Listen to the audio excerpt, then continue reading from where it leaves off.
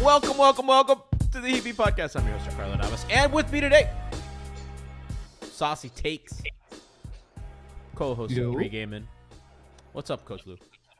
Oh, man. Fighting through some sickness, but I had to text you like, yo, man, you got to get me on the defense show. This is my whole life has led me to this moment. We've been living for it, dog. What we're here for. Also on the show, joining us, alumni, credentialed member of the media holding people accountable, Tropibaby, 5 on the floor zone, professional screw-up, Alex Toledo. What's going on? Happy to be back, man. How we feeling, Alex? How we feeling? Did you go? I'm really glad you guys did the offense show, by the way, because I'm definitely much more prepared for the defense show. So I'm glad it played out that way. And you know that's what the Heat are about. The Heat are about defense. Jimmy talked a lot of shit today and yesterday. Were you at any of those scrums? I wasn't there today. I was there yesterday, and I was not able to see Jimmy speak because he didn't speak yesterday. I was gonna ask how the ankle was. Yeah, Christian asked in a chat too. I'm like, I didn't get to see his ankle, but I mean, we saw how it looked after that last win versus the Knicks. So I wouldn't be surprised if it's, better than that, but not too much better. Like it's been a couple days. Real insightful. Damn. I mean, I told you what I got, man. I wasn't able to see Jimmy Butler's ankle. Alex, as a hooper, former. Where do you put the ankle as a hooper? As a former hooper, because of an ankle injury that I'm still dealing with, like it's really that's just that's what me and that's what me and Jimmy Butler have in common. Talk to Jimmy about this. Be like, damn, Jimmy, I used to hoop back in my day. I'm not trying to get clowned. Everything you do as a media member is to not be the guy getting clowned on social media and going viral. So you don't want to be the main character. Exactly. That's what I'm trying to avoid. How many people in the media could you beat in a one-on-one basketball game if you were healthy? Why are you asking me these questions, man? Can Brady beat you? Ooh. Well, I'm gonna say the last time me and Brady played one-on-one was on the Heat practice court on media day, and he did win. It was a close game, but he won. I'm not gonna sit up here and lie. Brady is a hooper. I will say I've been dealing with this ankle injury for a year and a half, so that's just gonna give you some information there. But no, reality. No, it's good to know. No, listen. I just wanted an insider's take on Jimmy's ankle. Hoopers only talk. Stop it. I'm not a real hooper. I'm a park hooper. Yeah, as you guys were talking about Hialeah hoop parks before the show started. Me and Lou were connecting on Hialeah Parks. For sure. All that shit. He was about to tell me a crazy story before you interrupted to start the show. We'll get a post show. I will say something. Jimmy has been posting pictures on Instagram showing his ankle, except for the last week. Those have been absent. After Game 6, he just stopped posting pictures of his ankle. He used to just show his kicks and disguise it as showing his ankle to scare opponents. And then now there's no such thing. He hooped at UM the other day. There was nothing below the knee. So we're reporting live here. Seeing if anything changes. So, gentlemen, today we're going to talk about defense. Yesterday, Siobhan, Tiff, happy birthday, Tiffany Meeks. It's her birthday. She has a day off today. Big happy birthday to Tiff. Happy birthday to reality check master Tiffany Meeks. We talked about offense. Now we're going to talk about defense. How Miami's going to defend Boston and what Boston wants to do on offense. Gentlemen, let's start with the most important thing. How are they going to defend Jayson Tatum? Now, the film, I watched a lot of film today, was pretty useless because Dedmon played a lot and Tyler Hero played a lot. And those guys aren't here anymore. And a lot of things have changed. Caleb Martin used to start, all that stuff. Alex, I'll start with you, man. Who starts on Jayson Tatum? Because Boston, today Mazzulla said we're starting the two bigs. So Rob Williams and Al Horford are in the starting lineup along with Marcus Smart, Jayson Tatum, and Jaylen Brown, which leaves Derek White to come off the bench, which is, not good for Miami because Derek White is kind of Jimmy Butler's favorite target, and B, the second big kind of creates some problems for Miami on offense. But on defense, kind of I don't know if it simplifies or complicates the matchups, Alex. What do you got on how they're going to defend Jayson Tatum off the tip? I don't think there's anything simple about the matchups. Like, we kind of went through some of these on 5 on the floor the last couple of times, and I don't think we came to a consensus about what the matchups are going to look like, even though these teams have played each other 2 other times in the conference final, and it's really just because of what you were saying. Like, the personnel has switched a bit, even if the cores are similar. Like, you already went through Tyler and Dedmon, and how that takes away from this season's matchups. You can go to last season's Eastern Conference Finals. Like PJ Tucker and Victor Oladipo were a big part of that, and Kyle Lowry was playing, with one leg. Max Strus got banged up through the end of the series. I think and the other thing is Caleb wasn't really a big part of that at all and got benched in Game 7. I think he was kind of an inconsistent part of the rotation at that point. And now he's a mainstay. There's no doubt about it. He's going to be a big part of the series. And I think he's going to be a big part of whether or not they can actually win, because as some of the numbers were showing today on Twitter, like he hasn't done necessarily a great job on guarding their best players. Shout out to you, Lou. But I think really this team has to go back to the blueprint for what they did all season, and that's winning in the margins, winning the possession battle, and just being sharp with everything, having attention to detail. And all of that is to say, I don't know who's going to guard Jayson Tatum. I think I would say Jimmy Butler. I'll say Jimmy Butler, but I don't know that that's going to be the case, is what I'm saying. Like, Jimmy is the best option, but I know that they'd rather have him as a roamer. I don't know if you can do that. We've seen him on Jaylen Brown before. I absolutely would not be surprised if that's the case. I wouldn't be surprised if Gabe is guarding Jaylen Brown. That was what I was going to say. Yeah. Yeah, like we saw that last season too. I think. And during the regular season, now Gabe didn't start a lot of those games, but when Jaylen and him shared the floor, Gabe did defend him a lot. And Gabe makes sense because Jaylen has a bit of a shaky handle, and kind of the way that Gabe harasses guys, even on the entry and on the ball, I think it makes sense. Yeah, I like the idea, and I think it makes some sense too if you're gonna send kind of early help when he starts making his move, because the one thing we saw kind of Jaylen get to almost every time, it feels like, when he had Gabe on him last time, was that pull-up shot. He knows that it's gonna be hard, but once he gets to that spot, he can rise up and shoot right over Gabe Vincent, and he might draw a foul, or otherwise he's gonna get a pretty good look. I think Gabe is gonna do a good job. Like he's always in a fight. He's gonna get up into guys for sure.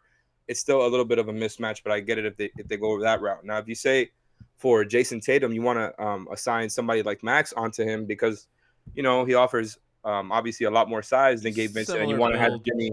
Yeah, you want to have Jimmy as a roamer. I get that too. I just think if you're doing that, you got to be so on point with the early help or the double or whatever that they're going to do. I'm sure they're going to mix up a lot of the looks that they send. If Jimmy is not on Tatum, they're going to be doing all types of things, and I just think it's going to require a certain attention to detail. I'm not sure who starts out on Tatum. I think that's kind of the biggest question right now, because to me, Jimmy is obviously the best option, but as we've talked about, they'd rather have Jimmy as the roamer. So I don't know where they're going to start with right now. Lou, let's reverse engineer this unless you had something for us at the top. No, go ahead. Go ahead, shit. I don't know either. So Gabe, do you agree with Gabe on Jaylen Brown? Or do you think they go a different direction? Because I think if they choose to go that way, I think the matchups make a little bit more sense, because you can do Jimmy on Smart, which makes Jimmy kind of available to help, to kind of, Marcus, he could switch pick and roll, so he can guard Tatum if they opt to do that. He can play off of him. So if Marcus is not really a corner guy, he'll kind of orchestrates offense, so he'll be at the wing. That's easy for Jimmy to kind of pinch in at the nail where he's comfortable. Yep. So if you have Jimmy on Smart and you have Gabe on Jaylen Brown, that leaves Max, Love, and Bam.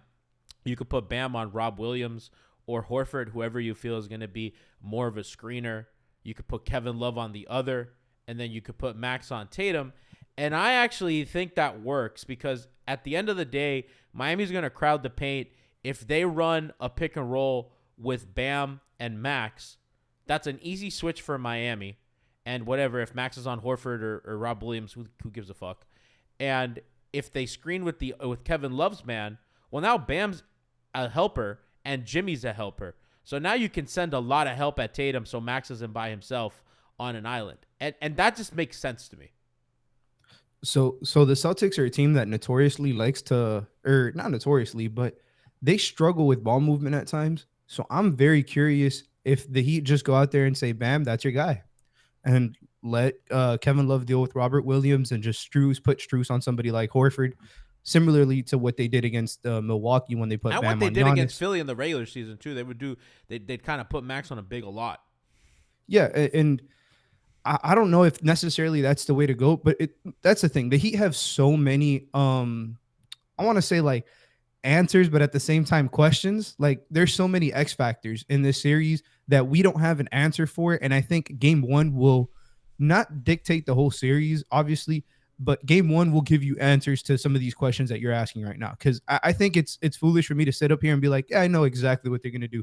I think to Alex's point, I think Jimmy's probably the best answer to Tatum to start off on Tatum, even though I did say Bam's probably the guy who I think they might go out there with first. But um, looking back at the Knicks series, the main ball handler was Jalen Brunson, and what was the Heat's answer? The first person they put on him was Jimmy Butler. We were talking about Jimmy helping and this and that, but ultimately it was that's how they started. I can see them doing the same, but I do want Gabe. I don't know how to phrase this. I want Gabe to guard whoever's bringing the ball up. I want him to get his steps in, like you say, G. I need him pressing whoever he's pressing. I do think him on Smart doesn't make too much sense. He struggled with Smart. I think Marcus is a little too and big. physical, and I think the exactly. physicality is the important part. Yeah, so the Heat basically they might start off in zone. I'm gonna be very honest. I hope not. And Cooper Moorhead wrote a piece today, where he talked about how Miami just got shredded in the zone. I didn't like. So they played some zone with like when Bam and Jimmy were off the floor in the regular season. So it'd be like Deadbin, Highsmith, Strus, Hero, and then Caleb. I wasn't a fan of that. Shout out to Nikias in chat. Nikias, we're talking about matchups right now, kind of where Miami matches up with everybody. I'm of the opinion that you kind of put Jimmy on Smart to make him a helper. You put Max on Jayson Tatum, who hasn't done the worst job in the world. That way, you can switch any pick and roll with a big with Bam in the action. If not, you kind of hedge Love, let Max recover, send help with Bam and Jimmy, who are both going to be in help spots, and you kind of go from there with Gabe on Jalen. I'm curious if Miami ever goes Caleb Martin in the starting lineup, and I think that's going to depend on how much Kevin Love can hit shots and survive on the floor. I think that's going to be another thing if he's going to have a quick hook or not, because, Boston has the capabilities of just putting Love in an empty corner and then running him in pick and roll over and over again, kind of attacking him that way, and that worries me a bit. He's obviously the softest spot, he and Max. You could put he and Max in pick and roll, and that help has to come, from the weak side or whatever. Alex, that's the one thing that concerns me defensively, kind of with the starting unit, that might force their hand to kind of quick hook and play Caleb more. Where do you stand on that? Because that's one of the puzzle pieces Miami's defense is going to have to solve. I think we're going to see that play out throughout the series. I know it's an obvious thing to say, but I think it really depends on how they treat it, the Celtics. I think, if they're going to start off with Rob matched on to Kevin Love and they're going to try to do something like they did last season, I think Love is going to be able to make him pay. If they don't do that, he's going to have to find his looks elsewhere. And I think it's going to come with, for example, if they're going to drop like they did versus the Heat in the last conference finals, now that we know that they're playing this double big lineup, I think he's going to be able to find his spots as a pick and pop guy like he did versus Milwaukee. Pump and go. Yeah, he's. I keep forgetting mention that stuff, but man, he's been so good with some of these random off the catch stuff. Yeah. These mini drives he's been doing where he's not really driving all the way to the rim, but he's just kind of getting the ball, playing off the catch, collapsing, passing it to the next guy. I think the early offense stuff too, Alex. Like when he gets the ball, yeah, they got to continue that for sure. Yeah, and you get Jimmy to flash in the middle of the floor, and Lana Love gives it to him, and then Jimmy has a big kind of in drop or whatever. I think that's super successful for them as well. And if the Celtics are going to be switching off ball screens, they could throw Love into actions, try to see if they can get, that's another way to take advantage of some of their smaller guys in theory. Not that we see the Heat do a lot of that, but if the Celtics are going to be switching, you have to find different solutions like Spo always talks about to kind of take advantage of what they're doing and find holes in their defense. I think if you can get a smaller guy switched on to Love in an action off ball or however you do it, take advantage of that. You don't have to set him up with a post action or anything like that. It's just kind of if it happens, the third or fourth option on a play. Yeah. Yeah. If you cut, if it's off a screen and you have the small guy switched on you cut to the paint, you try to collapse, you try to see if you can if they're going to send to, if they see the mismatch. If not, you got to go and play mouse in the house offense. Like I think there's funny ways for Kevin, not funny, but like good ways for Kevin Love to get involved here if he makes himself available in that way. But as far as the defense, I think, there's going to be, we've seen more drop with him, and we've seen the show and recover, of course. We saw that for most of the time that he was here during the season. I'm interested to see like how much they mix that up, right? The drop versus the show and recover in this series specifically. I think, if you're gonna do the drop, they're obviously gonna send a ton of help elsewhere. And he's kind of not been terrible at it. He's going to be the guy who gets picked on the most, like you said. And I just think it's going to be kind of, this is the theme, right? With their whole defense is like, you have to be sharp with the rotations because your whole thing is trying to force them into turnovers. And as Coop mentioned, in last year's losses, the Celtics losses, they had 19 turnovers, and their wins, there was like 12. So I think, you're going to try to win that battleground, and you're going to do it maybe like what you said with Jimmy and Bam as roamers with their help defense and trying to play the passing lanes and everything they do to force the other team into turnovers. We could also see it with the amount of help they're sending. I mean, we will see it. I just think like everything is going to come down to that because that's kind of what their entire defensive scheme is about, whether we're talking about the zone, whether we're talking about the switch, the drop, showing and recovering, all of these things. It all comes back to, walling off the paint. And, somebody's going to be open. You got to be sharp on the rotation, sharp on the closeout. And they kind of talked about that today. And really, you're going to have to play perfect basketball. And I think Jimmy said that too, actually. Yeah, I think the word I would use to describe the Heat's best chance to winning the series is the word intentional. They have to be intentional with everything they do. They have to be precise, like you said, because like so many things that Boston has a lot of adjustments for the Heat too. Like this is the toughest matchup I think they've played up until this point schematically and just from like a team standpoint, like the way their roster is built.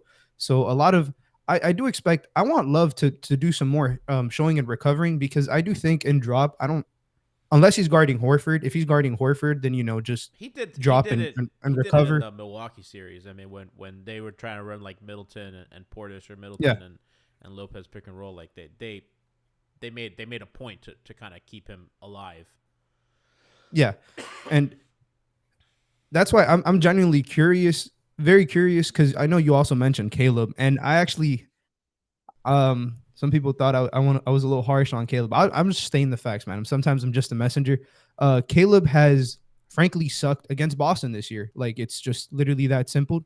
Do I love Caleb Martin? Yes, I do think he's better than these numbers state, but these numbers are a 4-game sample size of him just getting continuously picked on, whether it's by Tatum or by Jaylen Brown, and he has to step that up if the Heat have any chance of winning this series. But you know what, Lou? The thing with Caleb is, he's coming off the bench, so I think he's going to spend a lot of time on like Malcolm Brogdon, who that's who I want him on. One of their better pick and roll penetrators. And again, it's going to be the same stuff. Low man send help. It'll be Lowry as the low man, kind of rotating over with strips and stuff, which actually, the way the bench is structured, it actually works out for the Heat because I think you want those matchups on that. You can put Lowry on Derek White. It just makes sense.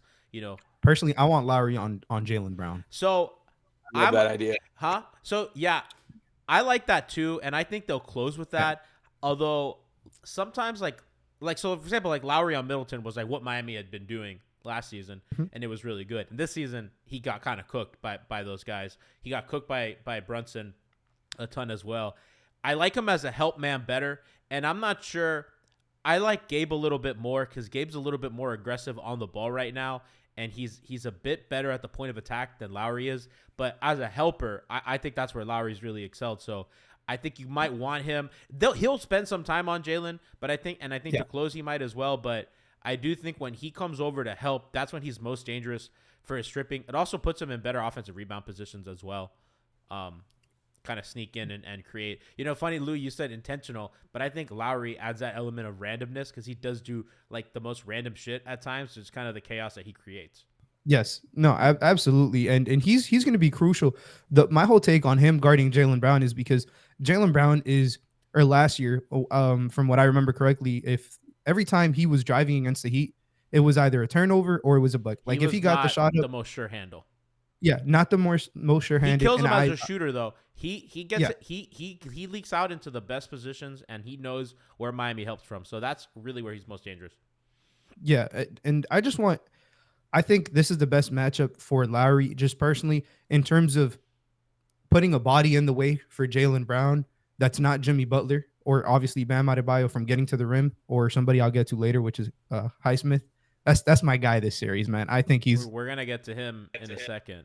It's that's Highsmith season. You guys it's think Highsmith you guys season. think not to veer too? We'll get into him in a second. Let's finish on the Lowry thought and. No, yeah, absolutely. Just Lowry, again, being somebody who can get in the way, he's very good with his hands. His stripping ability is very good. Like you stated, Jaylen Brown is not the most sure-handed guy. I'd rather see Caleb on a player who tries to use his quicks more than his strength, because I just a little nugget of information. Caleb Martin against Jaylen Brown and Jayson Tatum this year, 19 for 25, 76% they shot against him. That is Lord. absolutely horrible. Yikes! Like, you have to be better. And Brown specifically torched them 78% on just 3 games. He scored 25 points. That's actually wild, because I would have figured that would have been a more I couldn't understand Tatum just overpowering him.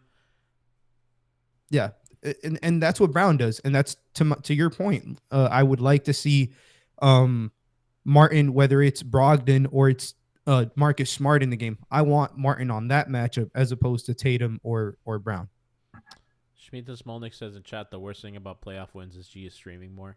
No, the worst thing about playoff wins is you thinking that you can go everywhere with your shirt buttoned down like this. Like you're sabotaging the quality of the show. Me and Lou are distracted here.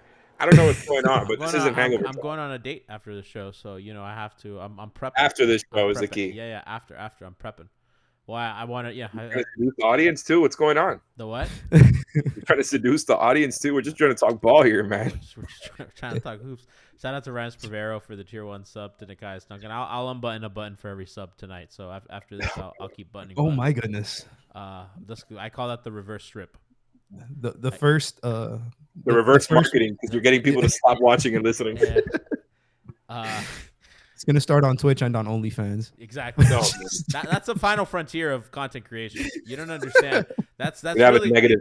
That's where it all ends, and that's where this project ends. All right, guys. So let's talk about Highsmith a little bit, because he's a guy that I loved his minutes. He hit shots even when he wasn't hitting shots. He's so good against the Celtics. I mean, the defense. He guarded everybody from Tatum to Brown to Derek White to Brogdon. Incredible helper. Just really, really good in that series. And he's probably their best innings eater against Tatum, especially in minutes when Tatum plays and Jimmy or Bam don't. I don't know how much more of non-Jimmy Bam minutes we're going to see this series. The guy said, G heard Riley say, if you have the guts and got inspired. Just funny because apparently I have gallbladder stones, so I may have guts removed, quite literally. So shout out to my shitty body. But yeah, so Alex, I don't know if Highsmith is. We talked about this a lot yesterday on the offense pod, because he's kind of important to that part of it as well. Because I mean, is he going to be on the floor? Do they have to worry about him? Do you think he's going to be able to play enough minutes to make a real impact, or do you think he might be? Do you think he's just not going to play, or do you think he's going to be like a low minute player, maybe like early in the second, early in the fourth, or late in the third type of guy? I think he's going to have short stints to begin with, and we're going to see it go from there, evolve from there. But I definitely think Spo is going to play him just the way that it looked during the regular season. Obviously, a lot has changed since then. He closed some of those games too, Alex. So. Yeah, for sure. And he did a great job, and including one of the watch parties we did that I believe you were there. Yep. And we were just hyping up Highsmith and the way that he was defending these guys. I think he's going to start off with short stints. Maybe we see him in the lineups, Kyle, Bam, no Jimmy, and we see him take on those matchups. I'm excited to see it. I'm not sure how often we see it. I think him, Zeller, and Duncan, I'm interested to see the way that their minutes play out in these first couple of games, because I'm not 100% sure what Spo leans into more and how this rotation plays out. Like you said, maybe the non-Jimmy, non-Bam minutes get minimized by a minute or two more, something like that, right? I'm not sure where that goes yet, but I think Highsmith definitely, has a place in this series. I am kind of interested to see, like, Do they want him more on Brown? Do they want him more on Tatum? I like him on Tatum just because Highsmith is like sneaky strong. He doesn't look like that muscular, but he's pretty strong and he has an insane wingspan. And I just like the job he's done on stronger guys. And I think he understands how to, how to not let guys leverage their size and all that. And because of the wingspan, you could also make the case that he's good to put on Jaylen Brown because he won't overpower Highsmith with his size, and Highsmith can just kind of play the dribble a little bit. Even if those guys have gotten better, slightly at, kind of reading offenses, maybe you could say their handles have tightened slightly.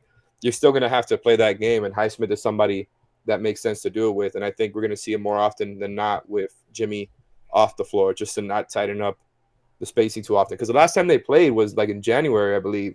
And obviously just a lot has changed since then. You don't say. Between Jimmy, Bam, Love, Caleb, like that's a lot of front court minutes that you're already allotting. No, but I'm just front court minutes specifically. I don't know how many he's going to be able to play.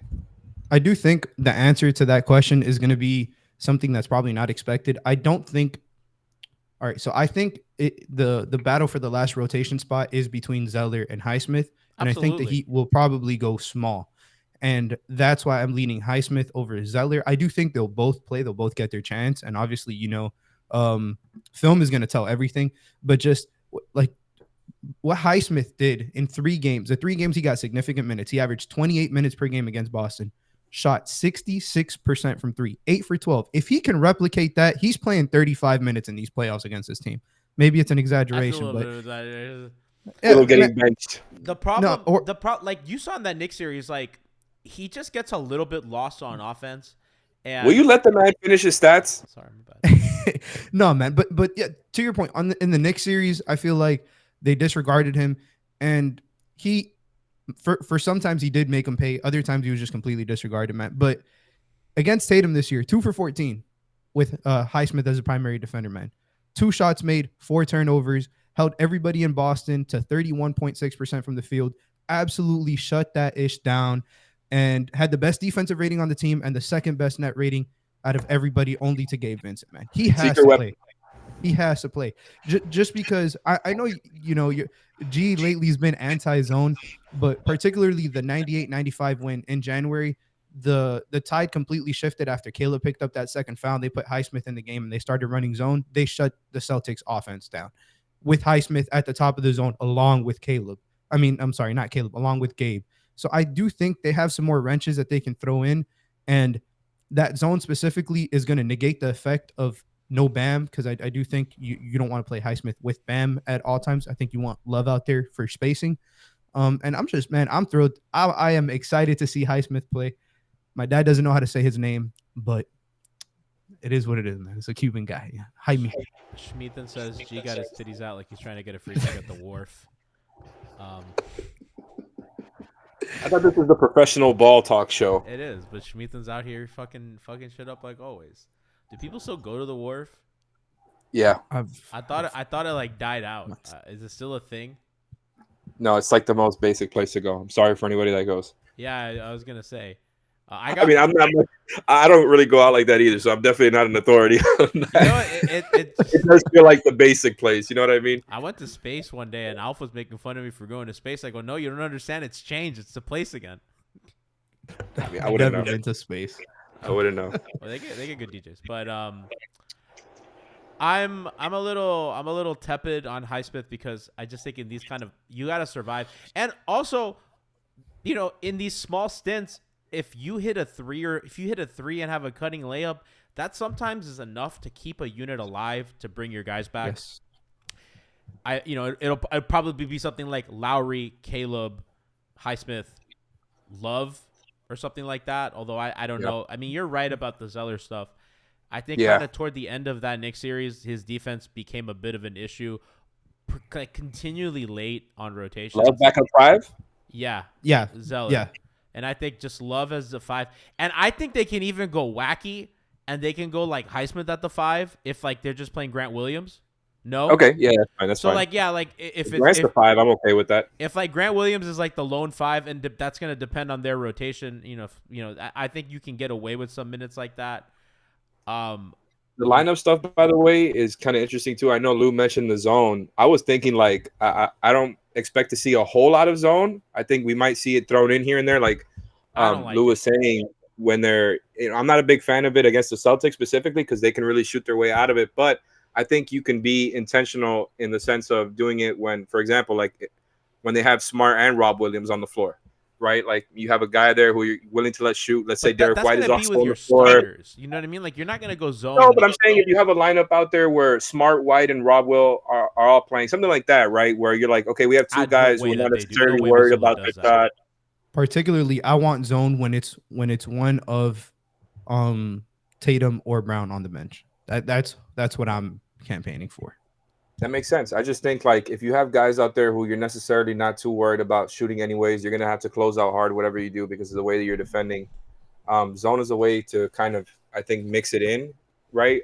You don't have to necessarily stay Well, with that's it how for they three hide quarters. Zeller, which is what they Yeah. did against the Knicks. Which Or is just, if you're talking about love at the five, Love, like I yeah, don't think it's crazy to you gotta think that hide either. love. Like I said, I think you could see it for like very short bursts, a possession or two. I don't think Spo's going to do it for 3 straight quarters, 3.5 quarters like he did in No. game 2 versus the Knicks, when Jimmy was out, of course. But I think you can be intentional with some of those, deciding to do that with some of those lineups that the Celtics run where you're like, okay, we're not worried about that guy, that guy, that guy.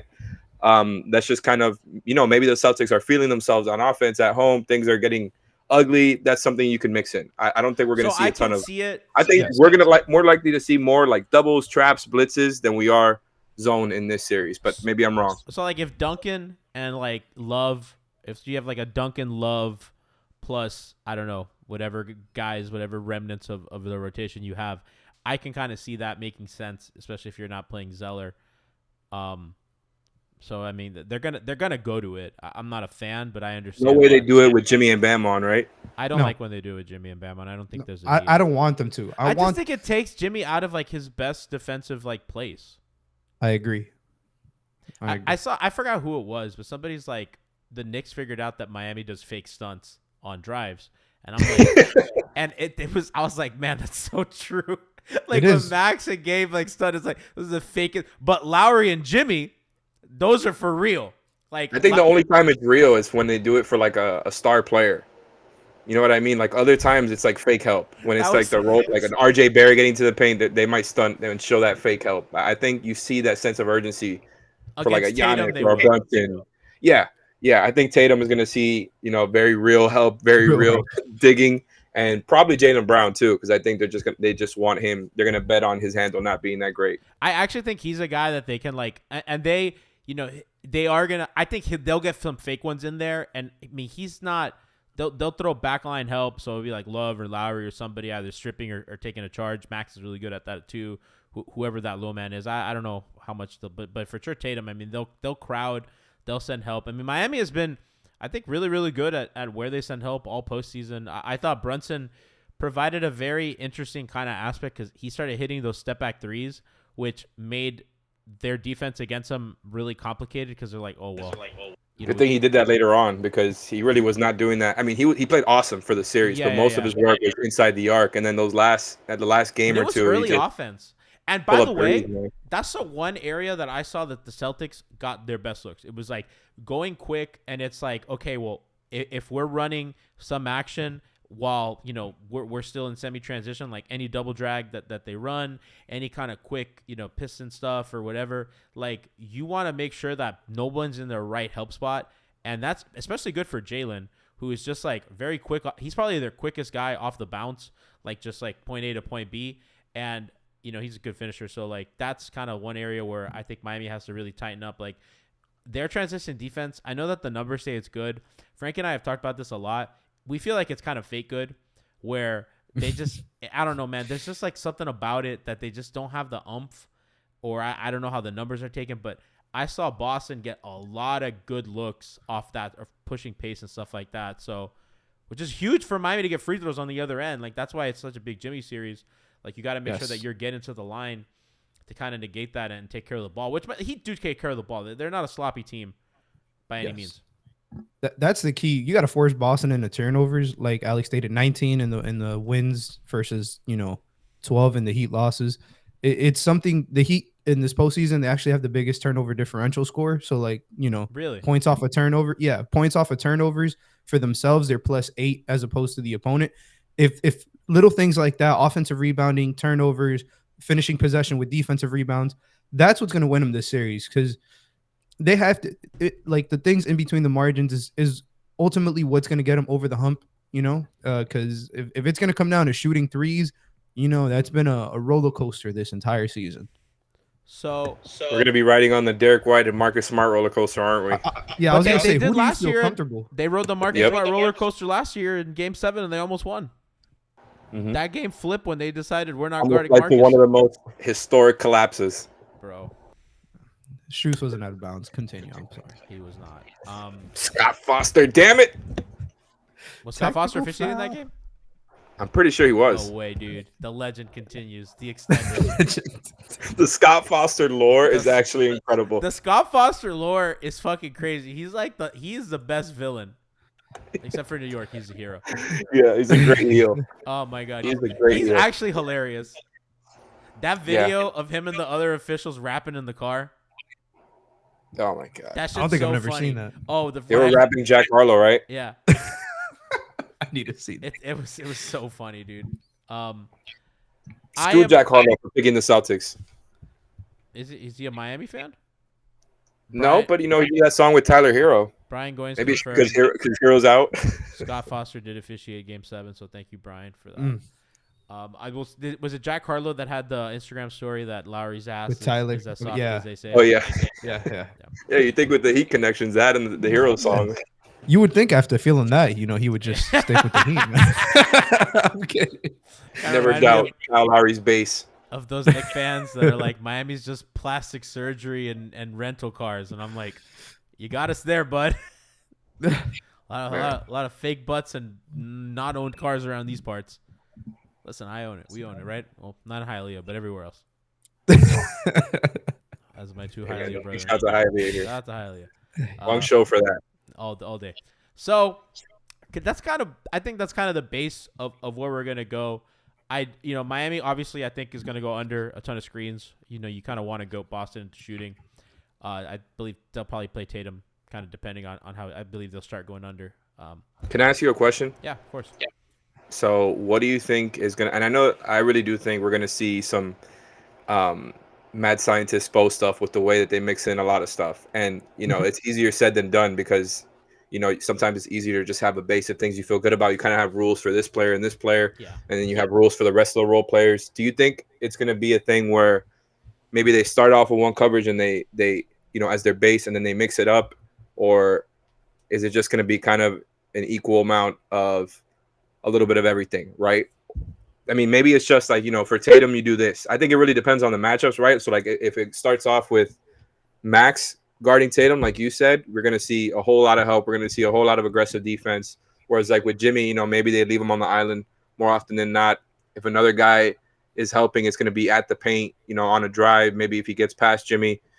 But as far as the actual coverages, I'm not sure if they're going to stick to the drop or if they're going to go back to switching stuff in this series when it comes to their star players. I think they're going to switch a ton, and I think it's going to kind of go back to where. It's so interesting.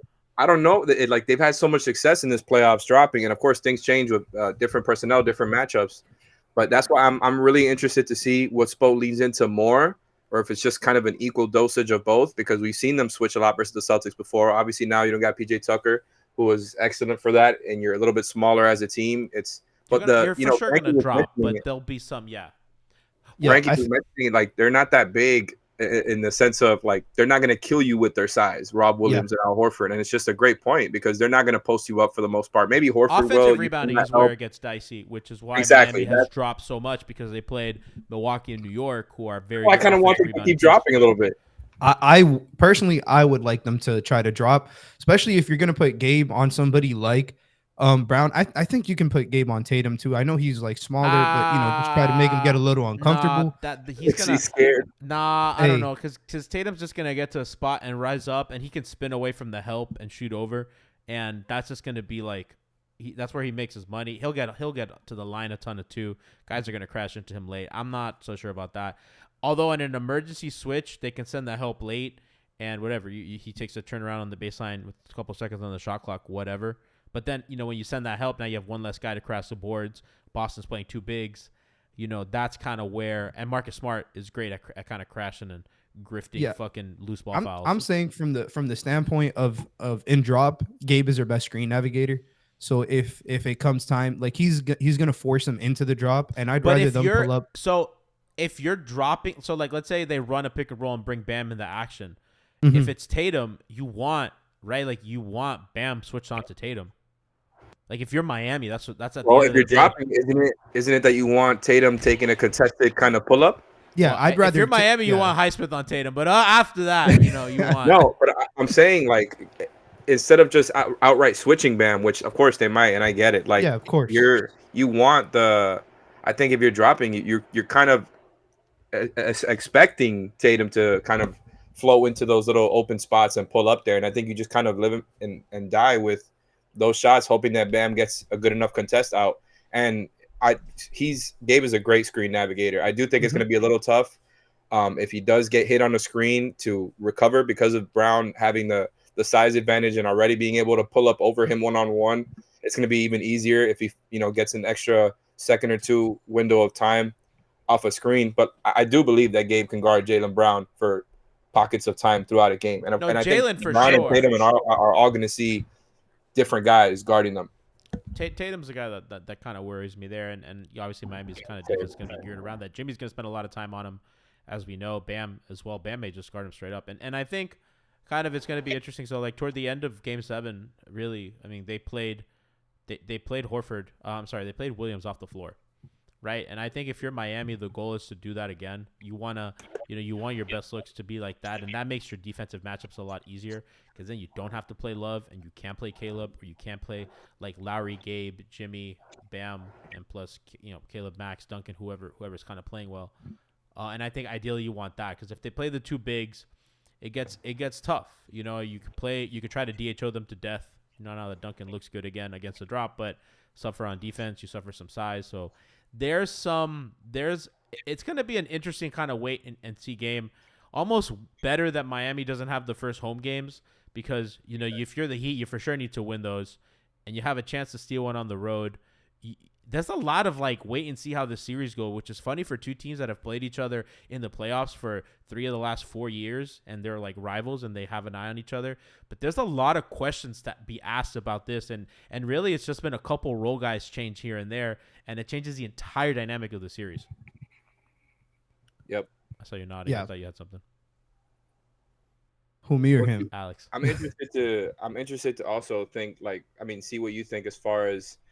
Okay, let's say you're Spo, right? Which we know you're not. None of us are. Spo is going to make the right decisions. But I want to know what – so like Lou said that he'd probably stick to the drop as the base. I kind of feel that way too. Obviously, it depends on who is the one dropping. Like I'm not saying necessarily it's always going to be dropped with Kevin Love, for example. They'll drop on Derek White and like Brogdon and shit. But I think like that's Tatum, what I'm saying. Like, do you want to see them have the same rules for everybody overall? What would your rules be for Tatum and Brown on the screen versus with the role players? It depends. Like if it's Tatum and if it's Bam in the action, you switch. If it's Kevin, you kind of show hard and recover whoever the guy is. You pinch in the help.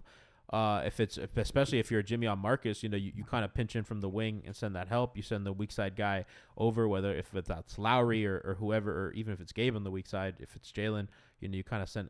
Although see, like that's the one thing I worry about if I'm Miami. Like if they put Brown in the corner and then now Gabe is the low man on that help. So boy, that's actually like the one thing I'm not like so crazy about him guarding Jaylen, because Jaylen's a good corner shooter, is good at attacking that kind of baseline closeout, and you kind of create some problems for yourself. It's like, because Gabe is like not a good like low man. Like that's like the Lowry special, which that might be like Lowry gets a little bit more playing time in this series because like if Lowry's your low man, so you saw it like go bad against Atlanta because like they're fucking setting screens at the logo and you get these bigs rolling with steam, and then like Kyle's like, what do you want me to do?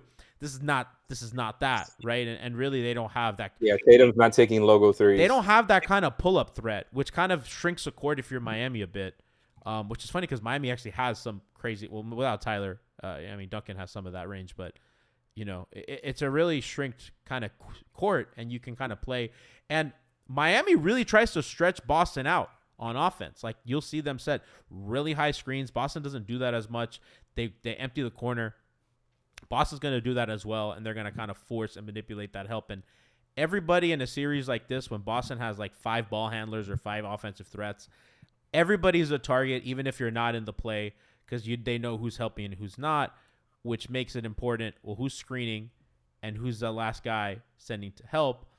And without PJ, that now you have one more small guy on the floor. And if it's Highsmith, now you're struggling. Now you have a question to answer on offense. So there's a lot of questions to be asked that I'm very interested to see the answer. Yeah, I have a question to ask you guys because I do think this is going to be the case. I do think we're going to see, like we did against New York, a lot of or some Lowry and Vincent minutes. How do you feel about those defensively? Like, are you still sticking Vincent perhaps on somebody like Jalen, or are you going to put him on somebody like Brogdon at that point? Yeah, I mean, I'll let Alex go real quick, but I think you want Kyle at a help spot, and I think if you can keep Gabe on him, but I think you could put Caleb on that guy as well. Yeah, because how I'm thinking is for a closing lineup, and just off the top of my head, I feel like it's going to be maybe both of them, along with Jimmy, Bam, and one of the Caleb or one of the shooters, whoever has it going, and is not getting picked on defensively. So in those cases, do you expect the Heat to stay and drop? Do you expect them to switch? Theoretically speaking, with just Horford like single big on the floor. That's a great question, Lou. I'm gonna let Alex answer because I'm having a kidney stone movement. So Alex, you take care of that. I'll be right back. I don't think I've ever done this in 10 years of being on the show. This is what a historic event. I'm in so much pain. Go ahead, man. Do what you got to do. I'm sorry, Gianni. I'm sorry for laughing. There is just that caught me off guard there. Look, it is a good question. Gianni's soul, like empty camera there. It's just funny right now. But I think it's a good question because if you are gonna play one big like Horford, you could switch a whole lot of stuff. And I think we've seen the way that Spo believes in his guys to switch. But like I mentioned before, they've done so much more dropping in this playoff series that I'm really not sure where they go. I think they're gonna go back to more switching versus Boston. And if it's Gabe and Kyle together, I think you can make it work a lot of times because Mazzulla has seemingly been more willing to play and just play these more often, these 5-out looks with more guards than not, where it felt like Udoka maybe played the double big looks a little bit more often. I haven't checked that, so I'm not sure. But it feels like Mazzulla has a real liking for these 5-out lineups with multiple guards. And I think, that makes it more of a realistic thing to have Gabe and Kyle out there for multiple bursts of time. It's an interesting look for sure. I just think it's really going to be dependent on the matchups, and I could see it going both ways because, like G mentioned, Kyle is so good as a helper. He's not necessarily a great screen navigator, so maybe they drop with Gabe, switch with Kyle. I don't know. Like I'm really interested. He wasn't a great screen navigator. I think he's a little bit slower on the uptake nowadays. Yeah, I mean he's not who he was before. He can do it, and I think he's locked in. Real season Kyle is a thing. I hope you're feeling right, G. But yeah, for real. That's the one thing that's been crazy to me, Alex. The fan base has turned on him so fast. Have you noticed? Well, they wanted that man in Fat Camp and Alcatraz, and now it's like I see people in the chat are like, should we start Kyle? It's like, get Gabe out of my life. That's a fair question. I don't think that's gonna happen right now, but I think like he's been that good, and in a series like this where everything is gonna be about attention to detail on both ends of the floor and kind of executing at a really, really high level, Kyle is somebody who would make sense to start on both ends of the floor, especially if they're going to be dropping. I think there are pockets where he still can kind of rev it up as far as the pull-up shooting. Like he's shown more of an ability to do that. He's kind of mixed in the mid-range looks, which, by the way, the Celtics give up the second most mid-range Kyle's looks turnaround in the lane. He has a turnaround, but now he's snaking pick and rolls like Chris Paul. Yes. He's like father priming it. I'm like, whoa, we're back, baby. Yeah.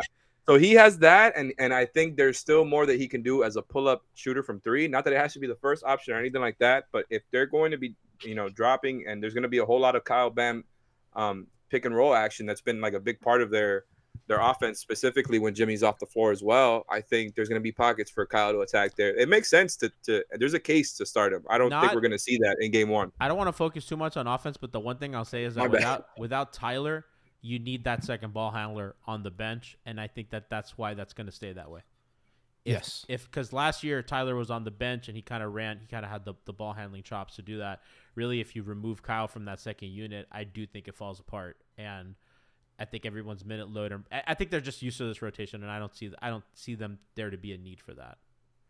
I think Lowry on the bench is perfect. I don't see why they would change that. I think they should, if anything, give him more minutes. But again, like it also kind of forces Jimmy to get going early, and I think that's why he has so many hot starts, because it forces him to kind of be the primary creator, and it lets Gabe kind of feel the matchup out, which I think it's important because like he is a ball handler, he's a pull-up threat.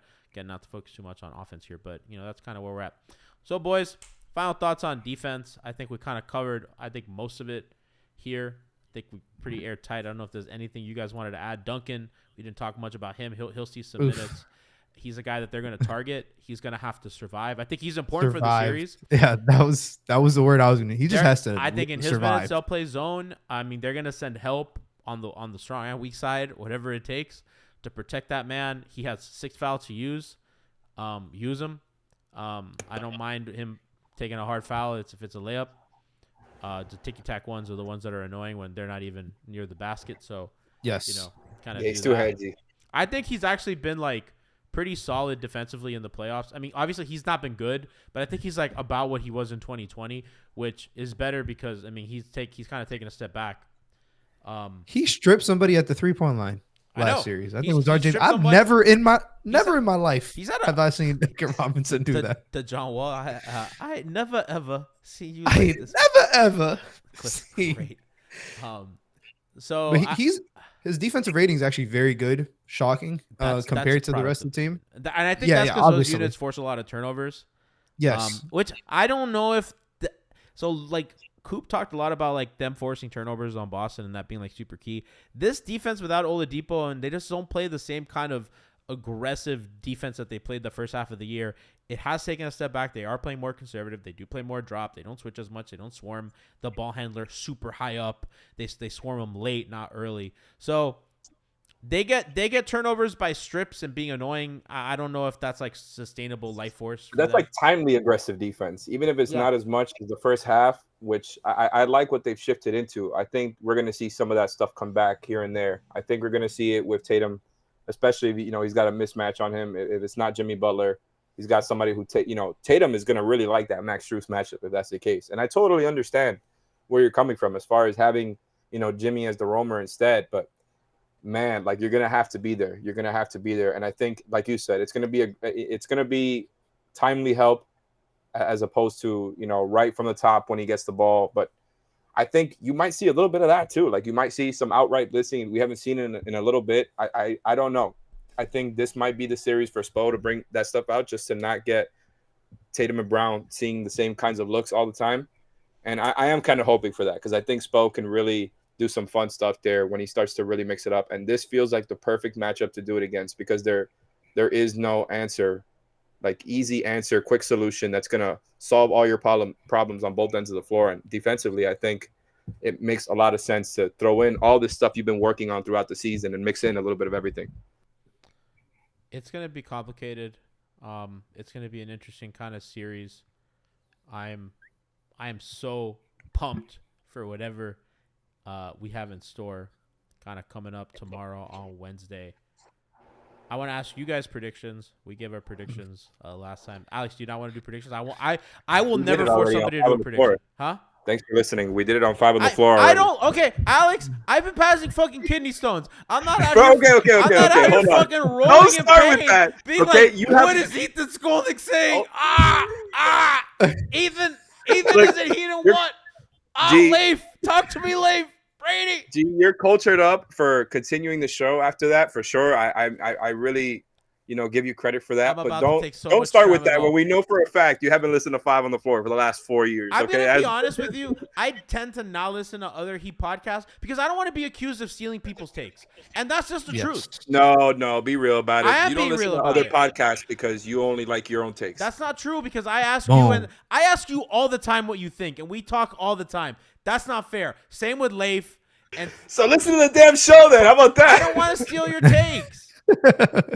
I also like other things too. Like I like Super Smash Brothers Melee, and I like listening to Radio Melee and waiting for game. You're like too good for Zach Lowe now too. You're Zach a Gianni Lowe's another supremacist. thing. I love Zach Lowe. I am sick of Jimmy Butler has 56 against Milwaukee, and the whole conversation is, oh my God, the collapse by Milwaukee. Jayson Tatum has 51 against the Sixers. Oh my God, an all-time performance from Jayson Tatum. Yeah. And I go, It's like last year. What's going on It's like here? last year when the Celtics were quote unquote beating themselves in the conference finals with all the turnovers and their losses. It was just them beating themselves. It wasn't a product of any sort of defense or personnel scheme. None of that. Nobody likes the Heat. That's all everybody ever says. You know what's funny? It's never us beating them. It's them beating themselves. I have a relative who, he's special needs, and he's not like online or anything. And the other day, he asked me, "Hey, is it just me or do all the people on TV hate the Heat?" And I was like, "Thank you." Somebody who's disconnected from the discourse came to this conclusion on his own, and I'm like, "I love you. Thank you for saying that." It's always platitudes with the Heat. It's so weird. It's just so weird, dude. It's so weird. You don't want to play them, but once they get far enough, it's like, Cinderella. I think they're out of here. You know what's oddly? Bill Simmons is one of the few that respects the Heat. It's like, what a world do we live in? We've turned into the Spurs. How everybody viewed the Spurs back then. No, we're the Spurs. Boring team. Spo is the less more grumpy respect for the Popovich. Yeah, they had more respect for the Spurs, but they never talked about them. All right, that's 100% true. Let's get to predictions, boys. Alex, if you don't want to give your prediction because you want to promote your pod, that's totally fine. We already did it on the pod, but I'm going to say it anyways. I said Heat in 6. I just didn't say it with a lot of confidence. And Sedano. I didn't say it with a lot of confidence because I really do think it depends on Jimmy being healthy. And I heard your gutless. I heard your gutless Celtics pick. I don't blame you because of you losing your guts, literally. Yeah. I think it's a result of that more than anything. Really, I do think Jimmy's ankle is the number one most important thing, and secondly, the 3-point shooting. I know it's just been talked about to death, but really, you can't have those stinkers against the Celtics. And more than that, you're going to be giving up a whole lot of them. That's the way that they defend. The Celtics, took them at a high level all season, at a high rate, and hit them at a high level, I should say. So it's going to be about that game. And can you really close the gap there? Because you're going to be giving up a whole lot, and they're going to give you some. You have to make enough. You don't have to necessarily beat them. I just think you cannot get destroyed in that, aspect of the game. And we saw that throughout the season. And I think those are kind of the most two important things. And then the turnovers. From there, out execute them, stick to your principles, and just kind of hope and pray that everything goes right and that Jimmy's feeling good. Lou? Oof, man. I hate doing predictions sometimes. I like doing them, but I don't like hate it either. I fucking hate it.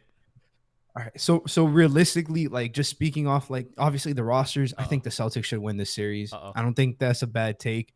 But the heart, man, the heart. Brain versus heart, right?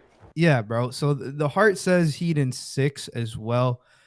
The brain says Celtics in 6, but it is what it is. I think the pathway to that is Spo gets you a game, Jimmy gets you a game, Bam gets you a game, and everyone else gets you a game. Some random shooting gets you a game. Yeah. That's that. Like Duncan, everyone Max, else is somebody gets hot. Yeah. Yeah. So where's the Highsmith game? He's part of everyone else, man. Every game. He doesn't deserve his own name. Game. He hasn't played that much. Jimmy only gets you one game? No. Spo has to get you one. Jimmy has to get you one. Bam has to get you one. Everyone else has to get you one. That's just my opinion. The Heat, the best they shot against the Knicks in a win was 33%. The worst they shot against Milwaukee in a win was 38%. That's the worst.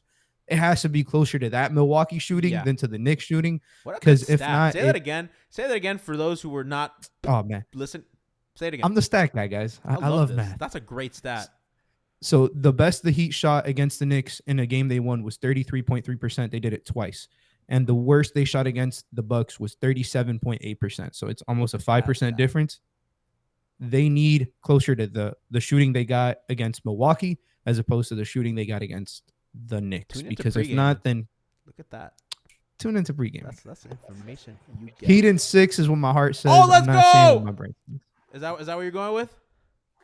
Yeah, Heat in 6. Heat in 6. A lot of people are DMing me, asking me to sage the arena. They haven't lost at home yet, guys. I'm not saging when nothing's gone wrong. I've saged after bad moments. I saged Can you tell me your record with the Eastern Conference Finals last year with the saging? Do you remember? I saged during the conference finals and they lost. When during the conference finals? I saged before game 5. Game 3? Oof. That's rough. No, 1 and 2. Yeah, game 5. And they lost 1 game and 5. And then everyone They called me a lost- fraud and everybody made fun of me and everybody was really mean to me on the internet. And I was like, I'm never They lost saging 3, again. 5, and 7 all at home. Yeah. That was Yeah. the biggest. You know, I mentioned it all the I time. didn't think I had to sage. They lost I gotta 3 be honest straight with you, at home. Alex. The saging is like a feel thing. I didn't think I had to. I saged before a game against Philly, and they won because I felt like they needed it. Against the Celtics, I was like, I don't know. I think it's too close. I don't know. So I don't think I have to. If I feel like the vibes are off, they have to lose at home. Okay. If they Just- lose at just home and it looks and consult with feels your bad, lady, please. I may do it. And I gotta Yeah, talk gotta to my consult with your energy lady. lady. People are like, He consult has with her an on speed herbalist. dial. She's on the I favorites. have an energy lady, dog. Listen. She's in Siobhan? Buena Vista. Vi- She's in Buena Vista. She got us covered. She's a lifer. Hey, Siobhan is a lifer. Huh? Siobhan is a lifer. Siobhan is not in Buena Vista, although I wish she was. It'd be so cool. We could hang out. I just have it in my head every time that she's like the one advising you and consulting you. No, I have a legit energy lady that I go to and I ask her questions and she has no idea what the Heat are. nah. But she Wait, got what the do you vibes ask She thinks right. it's like a rec basketball league or something. What do you ask her? I want to know. I kind of go Staging and I'd be middle like, okay, schoolers. so, I do say it's basketball. And I said it's the Heat. And I don't think she knew what that meant. I think she thought like it meant like outside, like it was hot. Weather. Yeah. I don't think she's I think she's new in town, not totally familiar with stuff. She's from Colombia.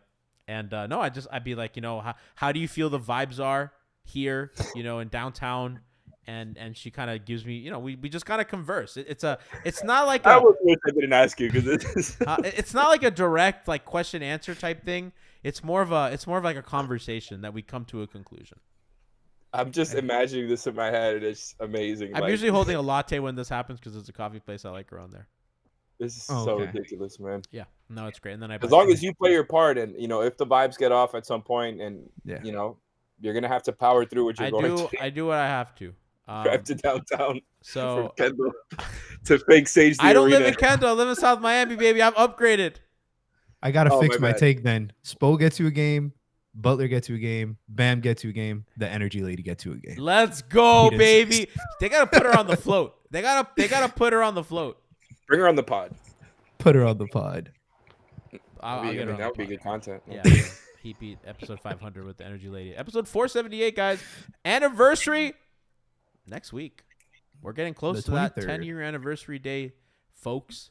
We're getting close to episode 500. We've been around a long time when Sedano was on, and we talked about would you rather be the Sixers. He said, you guys have been annoying me for 7 years. And I go, George, 7 years is a long time. Are you bringing him on for the anniversary?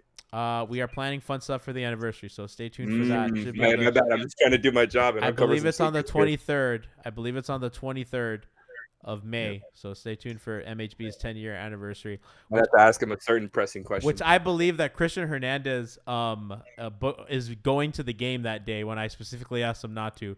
So because Christian lives to the beat of his own drum. So Isn't he the one that signs the checks here? What are you telling him to do? I know for? listen, Christian can do whatever he wants, bro. I our overlord Christian Hernandez. So he could do what he wants. The secret overlord Yeah, well, who Brian- broke Twitter for a couple of days after the whole verification thing. that was so funny. Oh my god. I was getting shams. questions from like my employers who were like, "Are you really quitting Heat Beat?" And I was like, "No," because Christian went on as Barry saying that I quit Heat Beat, Oh my god, that was so funny. which I is mean, so just- funny that Barry Jackson would ever report on that. No, because he does the part of his Does article. Barry know who we are, Alex? There's no way Barry knows who we are, and Barry's been on the show. He probably knows what he is as an entity. I don't think individually no. Yeah. But he does have in his articles he reports on media things that are happening. Like I remember when the Le Batard show was leaving ESPN and going to Yeah. DraftKings Network, he was on top of But that. he's always not on top of reporting that type of Alf stuff. leaving 5 No, reasons. but that's why it's funny because they kind of, you know what I mean? It He would does be that. hilarious if he did that. Barry Jackson is a legend, man. I love Barry. Barry's great. I love when Barry gets into a trilly. I'm like, don't get into a trilly, Barry. Just don't. It's a losing battle for you. He's so he's very pleasant to be around when it comes to media members. Like he's always smiling, even though I don't necessarily speak to him, but he's very smiley in general. He seems like a pleasant guy to be around. A lot of the media is pleasant. Ethan's pleasant. Ira's pleasant. Ethan's pleasant. Anthony. He said Ethan twice. I know. I meant to say Anthony. I love Anthony Chang. Anthony Chang is one of the. Coop. Wow! Shots fired at Brady Hawk. You heard it here first. I've only met Brady once or twice, and I've never covered a game with Brady. I think you're very pleasant, Alex. It's a smile. Holding people accountable. Brian's trying to get me in trouble in chat. I know how you talk when I'm not here, man. Don't talk to me nice. Oh, what? You think I'm slandering the fuck out of you? That's Alf. Yeah, I see this. I watch every show. Unlike you, I Alf see kills you, dog. Alf kills you. I saw Moose after last time when I was trying to hop on at the same time as Brady. I mean, that was my fault. That was so funny. Let me tell you something. The last Hangover time was an all-time performance for Moose. Yeah, technical foul. The Scott Foster bit was. It was. I thought Brass was gonna do Scott Foster. The Moose thing caught me off guard. He did a great job though. No, Moose.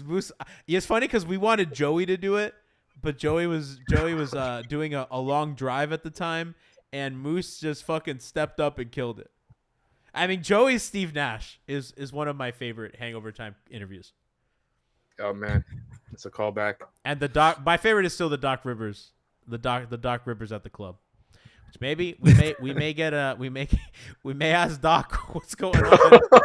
we may need an update from Doc Rivers on Hangover. I heard he's time going to Taiwan tomorrow. with Dwight Howard. Lord, I hope they win.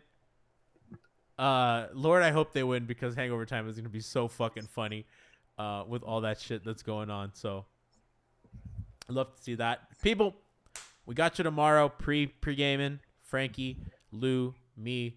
Hangover time, the crew, and you know what it is. Pods every day from here on out, except the weekends. Love you. Heat in 5, we hope. Even though nobody picked that, but we got it. And yeah, man. So enjoy the Eastern Conference Finals. We are happy to cover yet another year, 10 years.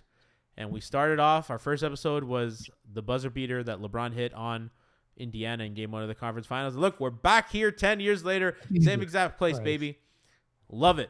Covered a lot of shit from championships to Dion Waiters. Just tons of shit that we've gone through. Hassan Whiteside. To Hassan Whiteside, to Rodney Magruder, the scavenger who was on the show, who was very nice, to Bam talking about playing Fortnite, not knowing what Fortnite is, to Solomon Hill, to all sorts of fun stuff throughout 10 years. Solomon Hill. Oh, listen, stay tuned. We may get a Solomon Hill anime update coming up. Oh, me interviewing Tyler Johnson after our beef, which I'm pretty sure Tyler Johnson had no idea who I was. All that good stuff. So, Of course not. Shout out to 10 years. Shout out to chat and everybody, and we'll see you tomorrow for pregame and postgame coverage.